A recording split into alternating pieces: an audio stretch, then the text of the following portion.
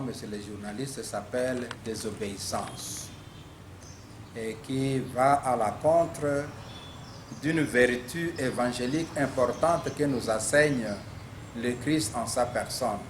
Il en a témoigné jusqu'à la mort. En Philippiens chapitre 2, verset 8, nous est clairement dit que le Christ s'est fait obéissant jusqu'à la mort.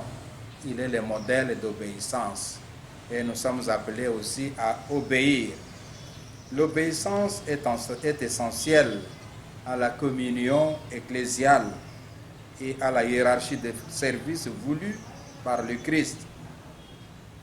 Elle implique la soumission de la volonté aux pasteurs légitimes comme évêques, papes, supérieurs religieux, curés, dans la mesure où ceux-ci agissent conformément à la loi de Dieu et à la mission de l'Église.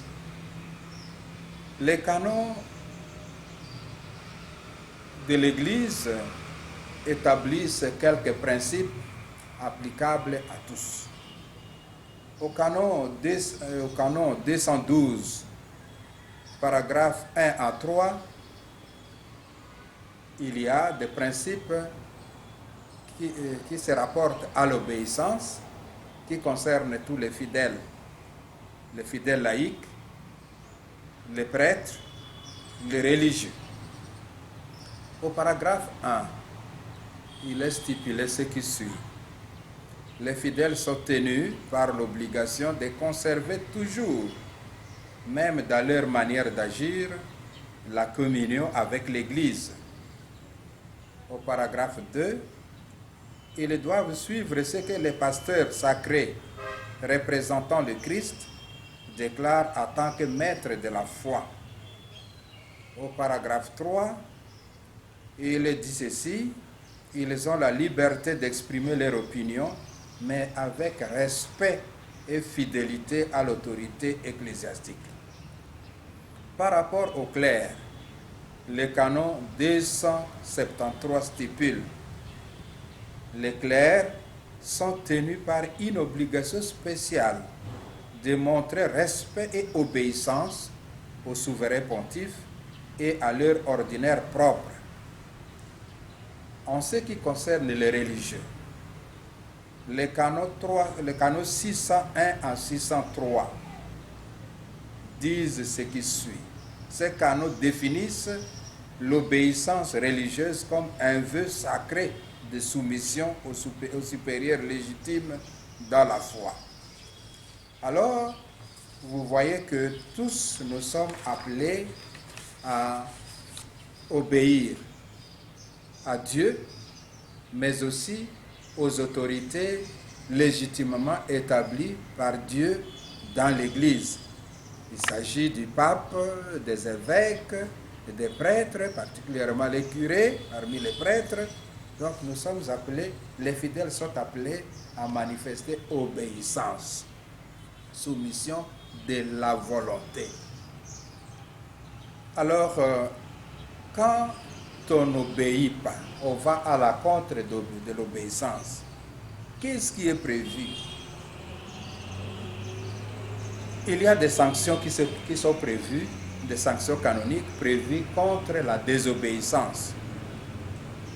Les principes généraux de ces sanctions se trouvent dans le livre 6 du Code de droit canonique, de canon 1311 à 1399, qui traite justement des sanctions dans l'Église. Je prends juste un canon. Le canon 1311, paragraphe 1, stipule ce qui suit. L'Église a le droit inné de contraindre les fidèles délinquants par des sanctions pénales. Pour les cas spécifiques de désobéissance, par exemple de refus d'obéissance au pape et à l'évêque, le canon 1371 stipule: est puni d'une juste peine celui qui refuse de se soumettre au pontife romain ou à son ordinaire ou leur oppose résistance. Donc les cas de figure, des comportements que vous venez d'évoquer peut être compris aussi dans l'esprit de ces canons. 1371 est puni d'une juste peine celui qui refuse de se soumettre au pontife romain ou à son ordinaire ou leur oppose résistance. Donc, par analogie, on peut s'inspirer de ces canons pour imposer une sanction à tout fidèle, tout chrétien qui affiche un comportement de désobéissance vis-à-vis de son curé. Quels sont les objectifs des sanctions?